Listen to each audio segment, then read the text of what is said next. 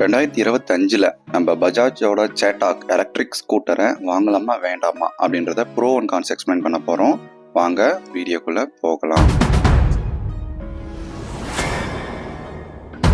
2025 ஒரு இவி வெஹிக்கிள் வாங்குறீங்கன்னா உங்கள் செலெக்ஷன் இந்த பஜாஜ் சேட்டாக்காக இருக்கலாமா அப்படின்றதுக்கு நீங்கள் டவுட்டாக பார்க்குறீங்க அப்படின்னா உங்களுக்காக தான் கிளியராக எக்ஸ்பிளனேஷன் இந்த வீடியோவில் ப்ரோ அண்ட் கான்ஸ் சொல்கிறேன். அதே மாதிரி நான் ஏன் இந்த சேட்டாக் ரிவ்யூ மட்டும் பண்ணுறேன், மற்றதெல்லாம் பண்ண மாட்டேங்கிற கமெண்ட் பாக்ஸ் நிறைய பேர் கேட்டிங்க இல்லையா, டிவிஎஸோட ஐக்யூப்லாம், அதுக்கு ரீசனுமே கடைசியில் உங்களுக்கு கிளியராக சொல்கிறேன். எப்பவுமே நம்ம வண்டியில் ப்ரோலுன்னு ஆரம்பிக்கிறது அதோடைய பர்ஃபார்மன்ஸு, இதில் அப்படி சொல்ல முடியாது. ஈவியை பொறுத்த வரைக்கும் இதில் பெரிய ப்ளஸ் இதோடைய லுக்கு தான்.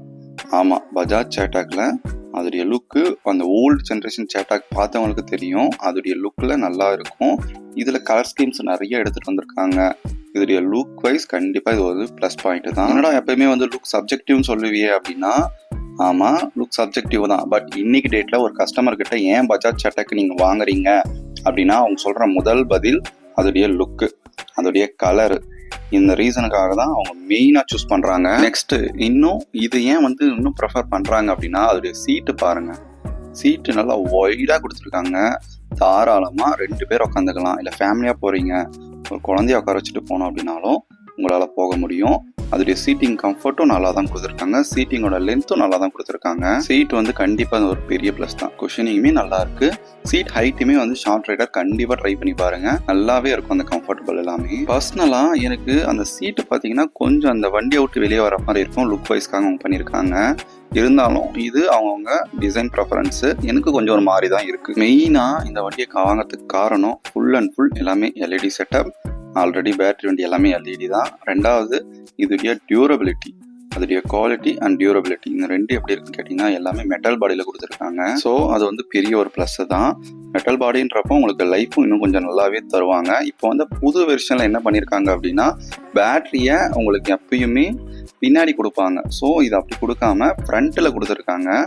ஐ மீன் நீங்கள் ஃபுட்டில் கால் வைக்கிறீங்க இல்லையா, அதில் கீழே பேட்டரியை கொடுத்துட்டாங்க. ஸோ இதனால் என்ன ஆகுன்னா ஸ்பேஸ், அந்த ஸ்டோரேஜோட ஸ்பேஸ் அதிகமாக இருக்குது. இதனால் அவங்க என்ன கிளைம் பண்ணுறாங்கன்னா இதுக்கு மோட்டாருக்கு நம்ம இன்னும் இந்த வாட்டர் ப்ரூஃபாக இருக்கும், எந்த பிரச்சனையும் வராது தண்ணி பட்டாலும் அப்படின்ற மாதிரி அவங்க சைட்லேருந்து சொல்கிறாங்க. IP67 ரேட்டிங்கும் இந்த வண்டிக்கு இருக்குது. ஆல்ரெடி நிறைய டெஸ்ட் ட்ரைவ் அந்த அட்வர்டைஸ்மெண்ட் எல்லாமே நீங்கள் பார்த்துருப்பீங்க. மோட்டார் வைஸ் பார்த்தீங்கன்னா உங்களுக்கு BLDC மோட்டார் தான் கொடுத்துருக்காங்க.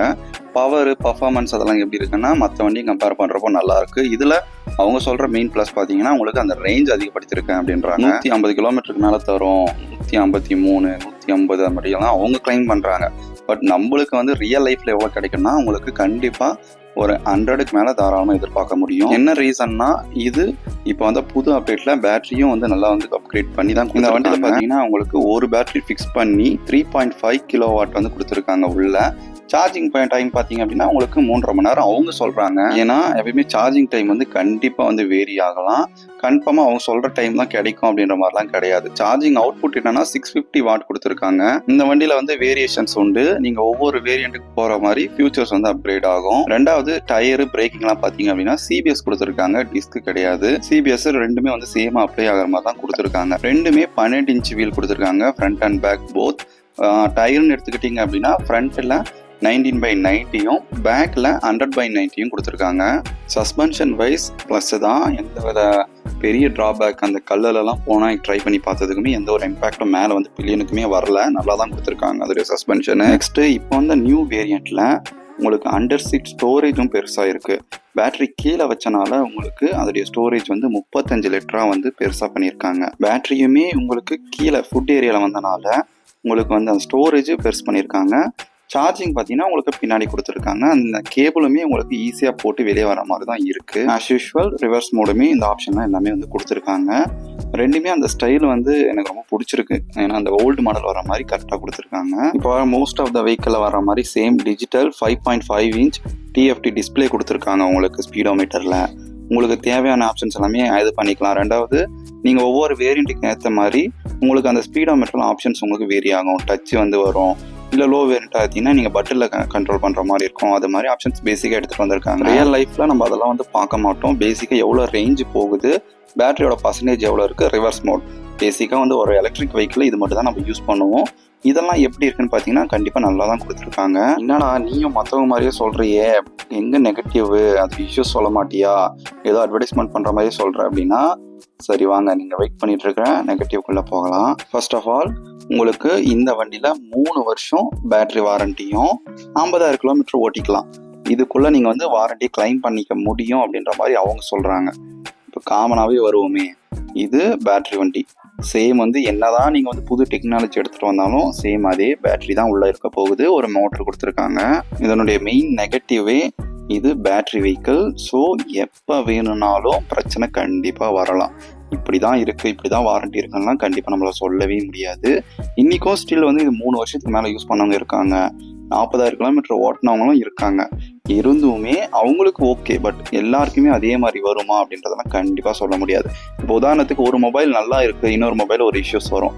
இப்போது நிறைய பேர் நீங்கள் கேள்விப்பட்டிருப்பீங்க, இந்த ஓலா வண்டியிலே வந்து எனக்கு பிரச்சனை ஆகிடுச்சு, ஸ்டார்ட் ஆகலை, பேட்டரி ப்ராப்ளம் வருது அப்படி இப்படின்னு சொல்லுவீங்க. கண்டிப்பாக அதெல்லாம் காமனாக வரதான் வரும்.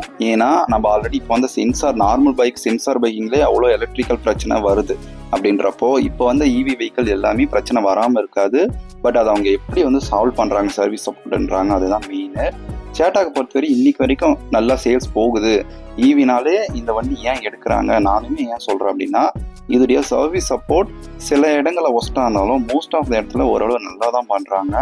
சப்போர்ட்டுமே உங்களுக்கு நல்லா தான் கொடுக்குறாங்க. ஏதாச்சும் இஷ்யூனா வாரண்டியில் கிளைம் பண்ணியும் கொடுக்குறாங்க. ஒரு டீலர்ஷிப்பு அதுக்கேற்ற மாதிரி பிரச்சனைகள் கண்டிப்பாக இருக்கும். நீங்கள் அடுத்தடுத்த மெயில் போட்டு எனக்கு வந்து ரிப்ளை வரமாட்டேங்குது அப்படின்னா, அடுத்த என்ன இதுவோ ப்ரொசீஜரோ அதுக்கேற்ற மாதிரி நீங்கள் போனீங்கன்னா உங்கள் வண்டிக்கான ஒரு சொல்யூஷன் உங்களுக்கு கிடைக்கிறதுக்கு வாய்ப்புகள் இருக்குது.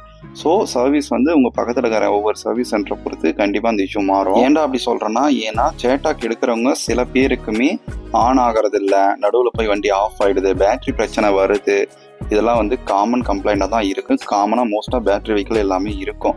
இந்த சேட்டாக்களை ஏன் சொல்கிறேன்னா, இது நம்ம பஜாஜோட சேட்டாக். ஸோ நீங்கள் சர்வீஸ் சென்டர் பக்கத்தில் இருக்கும், ஒரு ட்ரஸ்டடான ஒரு நம்ம பஜாஜ் அப்படின்ற ஒரு நேம் தான். ரெண்டாவது ஐக்யூப் ஏன் சொல்லலை அப்படின்னா, அதில் இஷ்யூ இருக்குது, பட் அது சர்வீஸ் சப்போர்ட் என்ன சொல்கிறதுனே தெரியாது டிவிஎஸை பற்றி சர்வீஸ்க்கு. ஸோ அதனால தான் நான் அதை வந்து ப்ரிஃபர் பண்ணலை. நீங்கள் வந்து சேட்டாக்கா ஐக்யூபான்னு கேட்டிங்கன்னா கண்டிப்பாக நான் சேட்டாக் தான் சொல்லுவேன். அதே மாதிரி இதோடைய பேட்டரியோட ஹெல்த் எப்படி இருக்கும் அப்படின்னு கேட்டிங்கன்னா அதுவுமே கண்டிப்பாக ஒரு கேள்விக்குறி தான். என்ன ரீசன்னா, அவங்க பேட்ரி கரெக்டாக இந்த ரேஞ்சு கொடுக்குறேன்னு சொல்லுவாங்க, பட் இது வரைக்கும் யாருக்கும் அவ்வளோ அக்யூரேட்டாக கொடுக்காது. கண்டிப்பாக கம்மியாக தான் கிடைக்கும். போக போக மேபி கம்மி ஆகுமான்னு கேட்டிங்கன்னா சேம். இதுக்கு ஆன்சர் எல்லாருக்குமே தெரிஞ்ச ஒரு விஷயம் தான். பேட்டரியோட லைஃப் போக போக கம்மியாக தான் ஆகும். அதுக்கேற்ற மாதிரியும் உங்களுக்கு பேட்டரி சேஞ்சஸ் இருக்கும். முக்கால்வாசியான இந்த வண்டியோட வேலை பார்த்தீங்கன்னா கிட்டத்தட்ட 1,50,000 கிட்ட ஆன்ரோடு வரும். இது டீலர்ஷிப் வைஸ் வந்து மாறும். இதுக்கும் ஆஃபர் தராங்க, அதுக்கேற்ற மாதிரி எடுத்துக்கலாம்.